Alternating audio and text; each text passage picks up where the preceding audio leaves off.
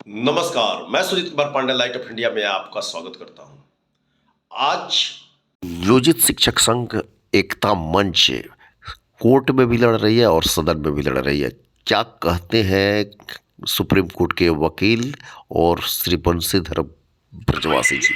जो एक प्रमोद कुमार नामक यादव जो हैं उनके माध्यम से फाइल किया गया था और उस याचिका में जो जिस तरह का आदेश अपनी याचिका में था टैगिंग का, उसी तरह की प्रेयर उनमें भी थी और उसके खिलाफ याचिका आई थी। उस याचिका में माननीय सर्वोच्च न्यायालय ने कहा और यही जो जिस बेंच में आज अपने मामले की सुनवाई हुई, इसे यही जज साहब उस मामले की भी सुनवाई किए थे और उन्होंने आदेश दिया कि 13 फरवरी मार्च को जो याचिका लंबित है पटना उच्च न्यायालय के संबंध, उस याचिका में जो अंतरिम आदेश की प्रार्थना हम लोगों के द्वारा किया गया है, उस पर हाईकोर्ट सुनवाई करके यथासंभव आदेश पारित करेगी।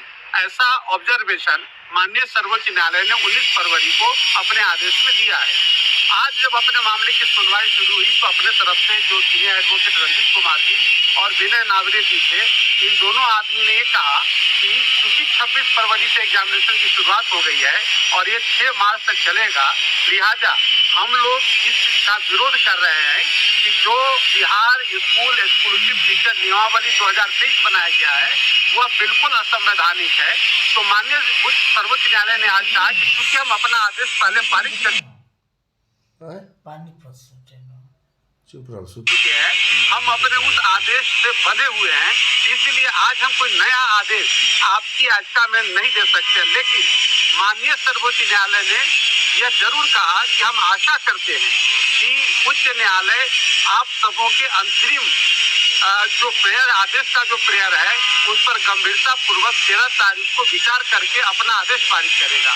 तो यह एक संतोष का विषय है कि आज अपनी याचिका के जाने से यह जरूर स्पष्ट हो गया है कि उच्च न्यायालय के ऊपर एक मनोवैज्ञानिक दबाव माननीय सर्वोच्च न्यायालय के आज के आदेश से बढ़ेगा और 13 मार्च को जो सुनवाई होगी उसमें आपके अंतरिम आदेश की जो प्रार्थना है उस पर हाईकोर्ट विचार करके आदेश पारित करेगा। ऐसा उम्मीद है कि 13 तारीख को इंटरिम कुछ न कुछ ऑर्डर पास करना होगा। बिल्कुल, आज जब हम लोगों ने कहा, खासकर नावरे जी ने कहा कि ऐसा ना हो कि एग्जामिनेशन खत्म हो जाए और सरकार ये कहे कि चूंकि ये नहीं दिए तो इनका माना जाएगा कि इनका कोई विरोध नहीं है, तो ये इसको कि अंग्रेजी में वर्ड आता है मिसकंस्ट्रू।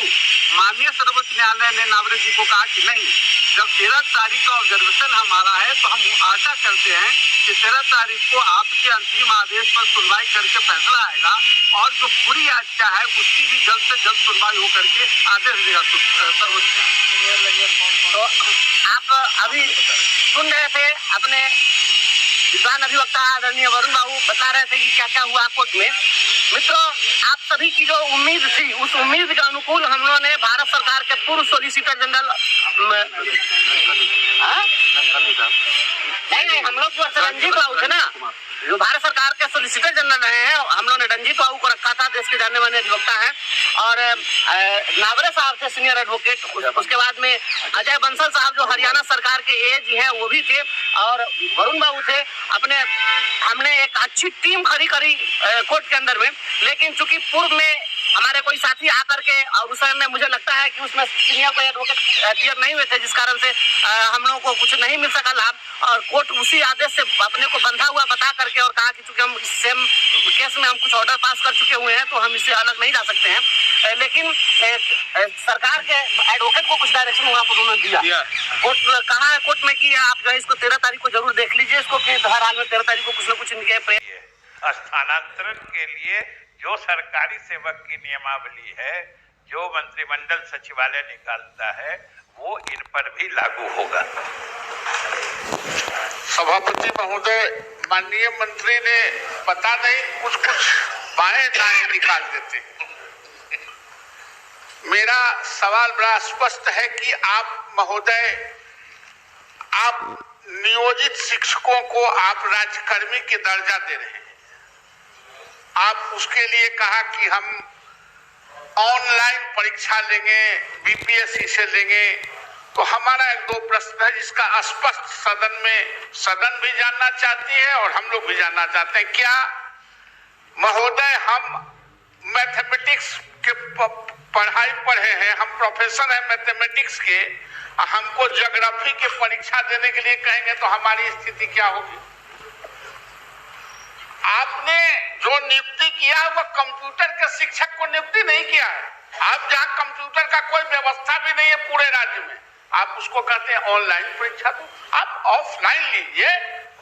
जब हम फिजिक्स पढ़े हैं तो आप हमसे सोशल स्टडी का एग्जाम क्यों लेंगे? ये तो घोर अनर्थ है। तो आप उसको ऑफलाइन ले सरकार।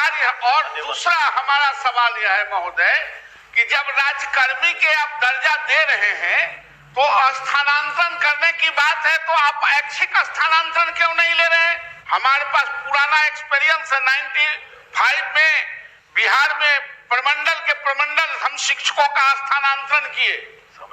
एक प्रमंडल से दूसरे प्रमंडल में हमारे सारे स्कूल चरमरा गए, बंद के कगार पर आ गए, और फिर इसी विधान परिषद में सरकार ने उसको वापस लिया। तब स्कूल फिर रिवाइव शुरू होना हुआ। इसलिए महोदय आप स्थानांतरण को स्थगित करें।